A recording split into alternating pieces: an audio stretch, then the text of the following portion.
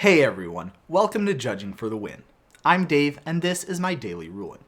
I made a video on a similar topic a couple of weeks ago, and several viewers requested that I use this topic as a follow-up video.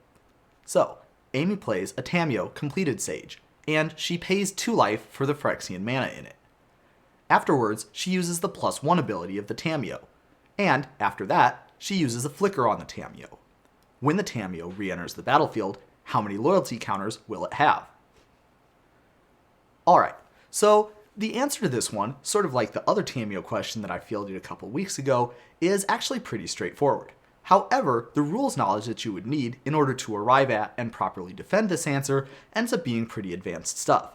So if you're only interested in knowing what happens, I'll tell you that the answer is the Tamiyo enters the battlefield with 5 loyalty counters on it. It doesn't matter that Amy had a different number of loyalty counters on the Tamiyo when it left the battlefield, and it also doesn't matter that Amy paid 2 life when she played the Tamiyo spell. So if that's all you're interested in, you can go ahead and click off now. Just be sure to leave a like and a comment so YouTube doesn't punish me too hard for not making you wait till the very end to hear that. Now, everybody else who is interested in knowing what's going on, here it is. The first thing that we're going to need to know in order to answer this question is exactly why we're going to have loyalty counters going on the Tamiyo in the first place. And so, for that, we're going to take a look at this rule here, which says that all planeswalkers have this intrinsic ability that gives them loyalty counters equal to their starting loyalty number when they enter the battlefield. And so, that's the reason why the number of loyalty counters that's on the Tamiyo when it leaves the battlefield is not even going to come into play in the answer to this question. The game isn't ever going to even look at that when it's trying to decide how many loyalty counters it should put on. Now, of course, there is one other thing that the game is going to look at when it's deciding how many loyalty counters the Tamiyo gets, and this one we can't wave away as easily. That, of course, being the completed ability on the Tamiyo. So, let's take a look at the relevant section in the CR and see if we can understand a little bit more about exactly how this completed ability functions.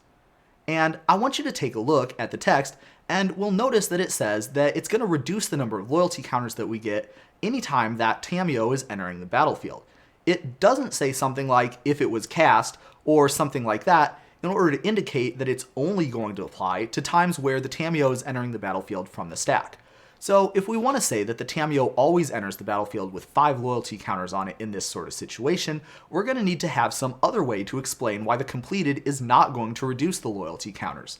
So the answer to that is this thing here, which says that if you have an object that changes zones, anytime that happens, the object is going to turn into a completely new object with no memory of its previous existence, and no connection to its previous self.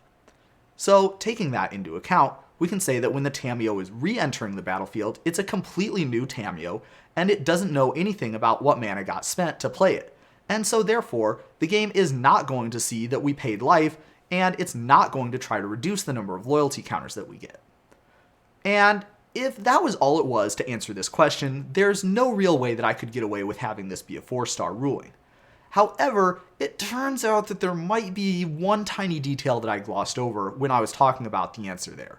So as you can see, there's actually a few exceptions to that rule that I mentioned earlier. And in order to have a really full answer to this question, we would have to take a look at those exceptions and make sure that none of them apply.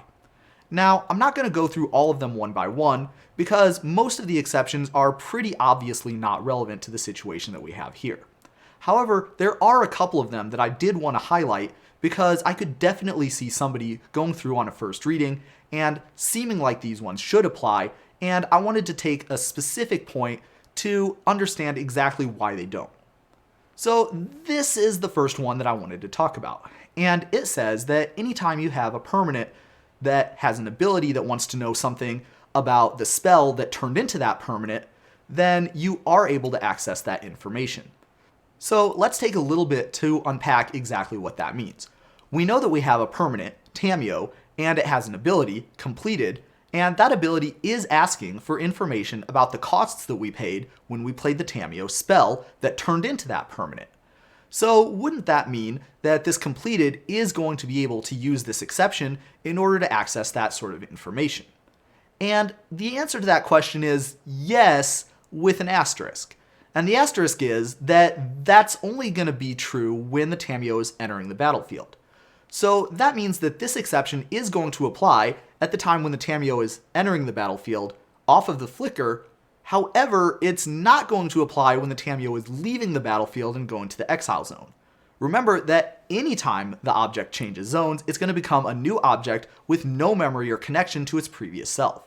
So what that means is that when the Tamiyo leaves the battlefield, it's going to turn into a new object, and at that point, any information we used to know about what mana we spent to play the Tamiyo spell is going to be completely gone. Then we're going to bring the Tamiyo back onto the battlefield. Except when we're doing this, we have this exception that's going to help us out. It's going to tell us anything we need to know about what mana we used to play the spell that turned into that permanent. Of course, there is no spell that turns into the Tamiyo that's entering the battlefield right now. There was a spell that turned into the Tamiyo that left the battlefield, but remember, that's a completely different object from the Tamiyo that's re-entering the battlefield. It became a new object when it exited. And so at that point, all the information about what mana we spent to play that Tamiyo spell got thrown away. And so that means that we are not going to have any information about what mana we used to play the Tamiyo that turned into the permanent that's entering the battlefield now, because there is no such information. We didn't play that Tamiyo as a spell, it's just entering the battlefield from the exile zone. And so we are not going to be able to use this exception to be able to help us out with knowing what mana that we used to play the original Tamiyo. Alright, so that is one of the exceptions down. The other one that I wanted to talk about would be this one here. And as you can see, this one says that if you have an effect that moves an object into a public zone, such as, for example, the battlefield or the exile zone, then that effect is also going to be able to find that object in the new zone. So why is this not going to help us to trace the Tamiyo all the way back to the one that we knew is leaving the battlefield and get the information from the Tamiyo there? And so the reason for this is because these exceptions all say exactly what they do, and they don't do anything that the rule doesn't say that they do. What that means in this specific case is that if you take a look at this rule here, it's only going to let us find the new object. It's not going to tell us any information about the old object. And so you can kind of think of it like this. Let's say that you went into the witness protection program, and as part of that, they changed your identity, they changed your name, they changed your hairstyle, they changed your outfit, they moved you to a new city, they got you some new job. Now, let's say that you were in that new city living your new life, and a crime boss showed somebody who knew the new you a picture of the old you. Now, it might be true that the person looking at that picture would be able to identify that it's the same person, but they wouldn't be able to use that information to tell them anything about what your old job was, your old city was, your old house. They wouldn't know any of that information, even though they could see through your new hairstyle and your new outfit and know that it's the same person. And so we have a similar sort of situation going on right here, which is that the game is able to know that the Tamiyo that we exiled as the same thing as the Tamiyo that we're trying to return, but that's the only thing it knows. It only knows how to find the Tamiyo that we just exiled in the exile zone.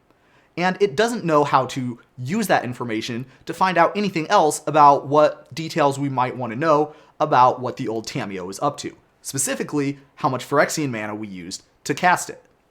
And so, with that being the case, it is not possible for the game to use that exception either to tell what the old Tamiyo had when you were paying its mana.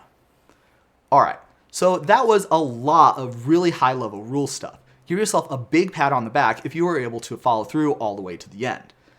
Notice that both of these exceptions were relevant to this question. The first one in the completed ability, knowing how much mana you spent to play the spell when it actually does enter the battlefield from the stack, and the second is because when you flicker the Tamiyo, the only way the flicker knows which object in the exile zone is connected to the flickered object is because of that second exception that we talked about. So both of these are relevant to this question here. It's just that they're not relevant in a way that helps the game determine that when you flickered the Tamiyo, the old Tamiyo had Phyrexian mana paid for it. So it's a really kind of a tricky question, and the sort of stuff you would need to know in order to get the answer to this question is not stuff you would see on level 1 or even a level 2 level of rules knowledge. This sort of stuff really only comes up when you're starting to study for level 3. Even I had to do some really careful research and reasoning to get exactly why neither of the exceptions that I mentioned is going to be applicable to this specific case. But that's all I have for you today. How did you do? Join me again next time for another daily ruling, but until then, I hope you have a great day.